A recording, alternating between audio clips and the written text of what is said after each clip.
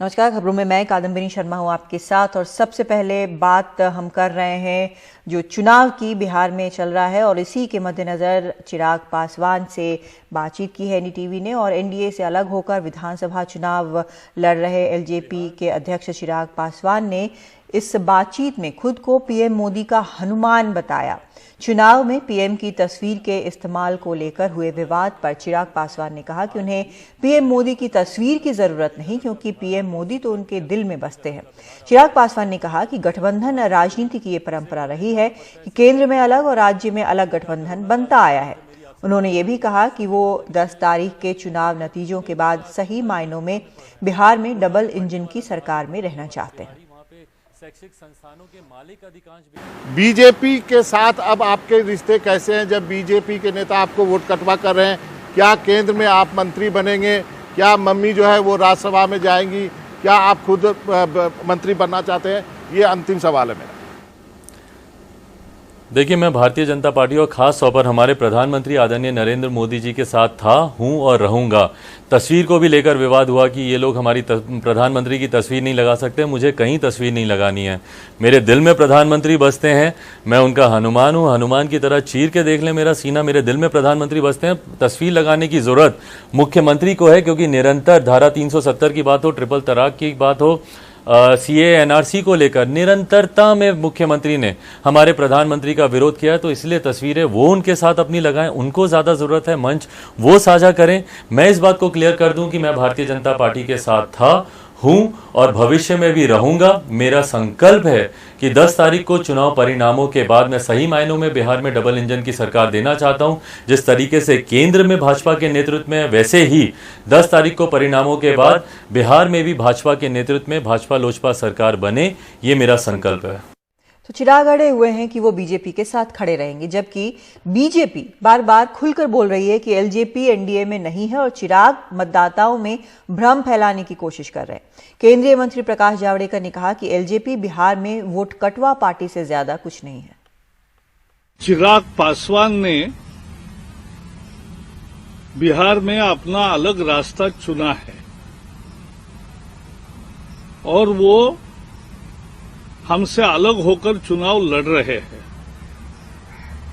Bharatiya Janata party के वरिष्ठ नेताओं का नाम लेकर वो भ्रम फैलाने की कोशिश कर रहे हैं। हमारी एक ही मजबूत टीम है, बीजेपी, जेडीयू, हम और वीआईपी, 4 पार्टियों का हमारा गठबंधन एनडीए मजबूती से चुनाव लड़ रहा है।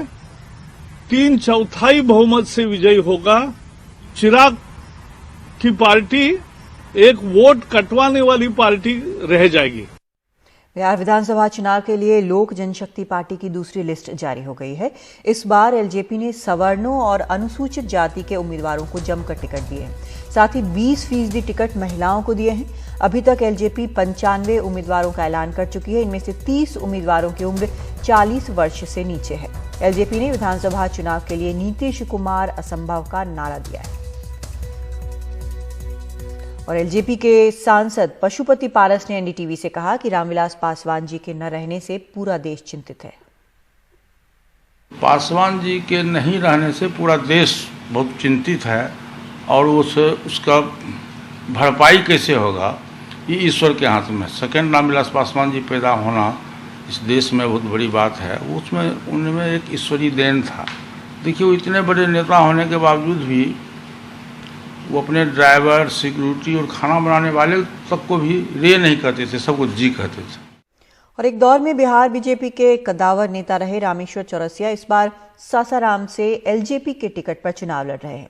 उन्होंने पीएम मोदी की तस्वीर के इस्तेमाल पर कहा कि हर कार्यकर्ता के दिल में मोदी जी बसे हैं।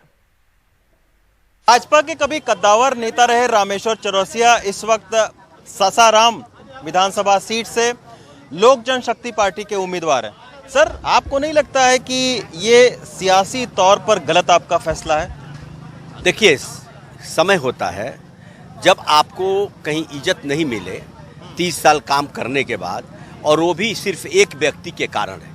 अगर बिहार में एक व्यक्ति इतना प्रभावी है कि डिप्टी होते हुए सारी अपनी सीटें सीएम को सुपुर्द करता जाएगा, भाजपा की सारी सीटें जो परंपरागत सीट सासाराम और नोखा की थी वो भी अगर दे देगा तो उसके बाद भाजपा के पास क्या बच जाता है। आप ये जो कुनवा पूरा देख रहे हैं ना, ये भाजपा का कुनवा है। बीजेपी से आपको बहिष्कृत कर दिया गया है, निलंबित कर दिया गया है, उसके बावजूद यहाँ पर बीजेपी के नारे लग रहे हैं और नरेंद्र मोदी के नारे लग रहे हैं। कुनवा तो वही है। बीजेपी और एलजेपी की सरकार दिल्ली में है कि नहीं है, आप बताइए। उनका फोटो नहीं लगाएंगे। कौन बोल रहे हैं? ये नीतीश कुमार नहीं बोलते, ये मोदी जी उनके चमचागिरी में बोलते थे।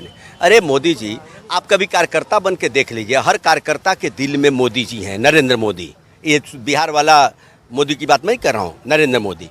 जनता के दिल में नरेंद्र मोदी, विश्व नरेंद्र मोदी का नाम ले रहा है, ट्रंप उनका नाम ले रहा है। आप नाम लेने से प्रधानमंत्री का किसी को रोक सकते हैं?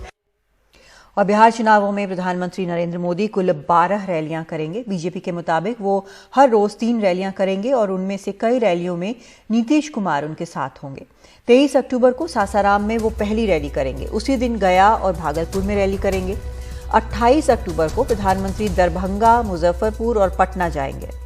1 नवंबर को प्रधानमंत्री पूर्वी चंपारण, छपरा और समस्तीपुर में रैली करेंगे, जबकि 3 नवंबर को पश्चिमी चंपारण, सहरसा और फारबिसगंज में रैली होगी।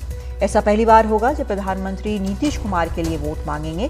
2015 में नीतीश बीजेपी से अलग होकर लड़े थे। बिहार में आदरणीय प्रधानमंत्री जी की सारी रैलियां ये एनडीए की रैलियां होगी। उन सभी रैलियों में स्वयं मुख्यमंत्री नीतीश कुमार जी, और जहां पर लॉजिस्टिक्स के कारण वो उपस्थित नहीं रह पाएंगे वहां जेडीयू के वरिष्ठ नेता, हम पार्टी के वरिष्ठ नेता, वीआईपी पार्टी के वरिष्ठ नेता ये उपस्थित होंगे। और ये भारतीय जनता पार्टी के साथ साथ एनडीए की कॉन्स्टिट्यूएंसीज में भी आदरणीय प्रधानमंत्री जी की रैली ये आयोजित की गई है। कुल ये तय हुआ है, हमने प्रधानमंत्री जी से निवेदन किया है और जिसकी स्वीकृति हमको मिली है, प्रधानमंत्री जी बिहार में 12 रैलियां करेंगे। बिहार के जाने माने नेता और अभिनेता शत्रुघ्न सिन्हा का कहना है कि बिहार में वैसे तो बहुत जान है, लेकिन बिहार की मौजूदा हालत जो है उससे बहुत गुस्सा आता है। ये बात उन्होंने तब कही जब उनसे पूछा गया कि बिहार में काबा। मेरा अब दूसरा सवाल यह है कि आप ओरिजिनल बिहारी बाबू हैं, तो बिहार में काबा। बिहार में काबा कि बिहार में ईबा का हो रहल बा। बिहार में इतना लोग गुस्साइल बा, अभी इतना लोग बेरोजगार बा। अभी जो हो रहल बा हमार माइग्रेंट लोगन के साथ भइल हमार मजदूरन के साथ, ऐसा जितना चल के अइले लोग से कहां चल के हफ्ता भर, महीना भर चलते रहलन। कोई पूछे वाला ना, कोई देखे वाला ना। आवे के बाद डाल देले, उनका क्वारंटीन कर देले, वहां कोई पूछे वाला ना, मनरेगा में कोई संभाले वाला ना। ये जब हो रहल बा, जब भइल बा, ओकर हिसाब किताब करे के घड़ी आ गइल बा। आ हिसाब किताब के घड़ी में हम सब लोगन साथ बानी, हमनी साथ बानी। और साथ ही साथ हमार लव सिन्हा और उधर तेजस्वी, इधर रामविलास पासवान जी के बेटा हमारा अपना चिराग पासवान, ये लोग सब मिलके, युवा शक्ति मिलके एक दमदार ग्रुप बना के, चाहे जौना जगह से लड़े लोग, सबकी यही इच्छा बा, यही ख्वाहिश बा, यही इन लोग के उद्देश्य बा कि कैसे बिहार के मजबूत कल जाओ और बिहार के लॉस्ट ग्लोरी के कैसे हासिल करल जाओ। यही हमनी के ख्वाहिश बा, हमनी सब यही चाहिए। तो यही कहत बानी कि एक तरफ बिहार में काबा सवाल बा और दूसर तरफ ई बा, चुस्ती बा, दुरुस्ती बा, टैलेंट बा। बिहार में बहुत जान बा। हालांकि बिहार हमार कमजोरी हो और बिहार ही हमार मजबूती हो। और इस सब के बीच आज मुख्यमंत्री नीतीश कुमार ने अपने 15 साल के कामकाज का लेखा जोखा जारी किया। दावा किया कि हर गांव में बिजली है, सड़क पहुंची है और अब हर जगह पानी और ऑप्टिकल फाइबर पहुंचाने की योजना है। इस दौरान बीजेपी नेताओं ने साफ किया कि एलजेपी से एनडीए का कोई नाता नहीं है।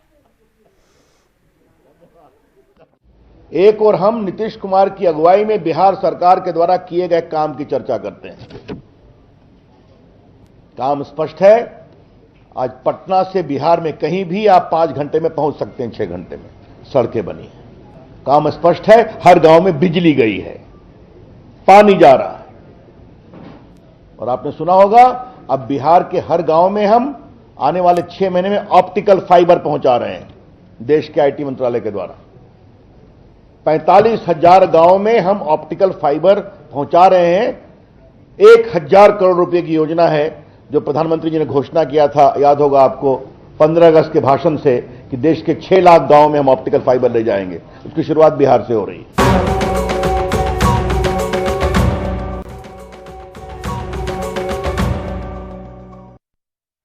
शत्रुघ्न सिन्हा के बेटे लव सिन्हा राजनीति में पहला कदम रख रहे हैं। कांग्रेस ने उन्हें बांकीपुर से टिकट दिया है। पिता के नाम का उनको सहारा मिला है, लेकिन दावा वो ये करते हैं कि उन्होंने अपने दम पर ये जगह बनाई है। आपको लगता है कि अगर आपके पिता, आपके माता पिता अगर राजनीति में या फिल्मों में नहीं होते तो शायद आपको मौका नहीं मिलता, या फिर इस वजह से आपको ज्यादा आसानी से मौका मिल गया? देखिए, आसानी से तो मौका मैं बोलूँगा नहीं मिलता है, ना तो फिल्मों में मुझे मिला और ना ही राजनीति में। इसका मैं कारण भी आपको बता देता हूँ। मैं 2009 से हर चुनाव में यहाँ पे आ रहा था, तो ऐसे नहीं कि भाजपा ने नहीं देखा कि हम काम कर रहे थे, तो ऐसे भी नहीं कि मेरे पिताजी ने कहा कि भाजपा में कि मेरे बेटे को आप टिकट दे दीजिए, वो लड़ना चाहता है चुनाव। जो सोच समझ के आपको टिकट देता है, उन्होंने भी कुछ देखा होगा आप में, सोचा होगा कि कारण तो होगा कि वो आपको टिकट दे रहे हैं।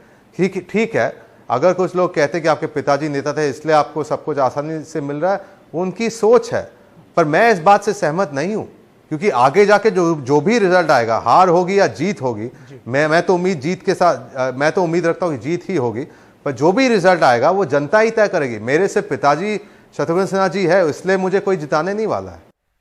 बिहार के सोनपुर में जेडीयू नेता और तेज प्रताप यादव के ससुर चंद्रिका राय की चुनावी सभा के दौरान मंच गिर गया। कई नेता घायल हो गए। घटना के दौरान चंद्रिका राय भी मंच पर ही थे। उन्होंने गुरुवार को सोनपुर के परसा विधानसभा से पर्चा भरा था।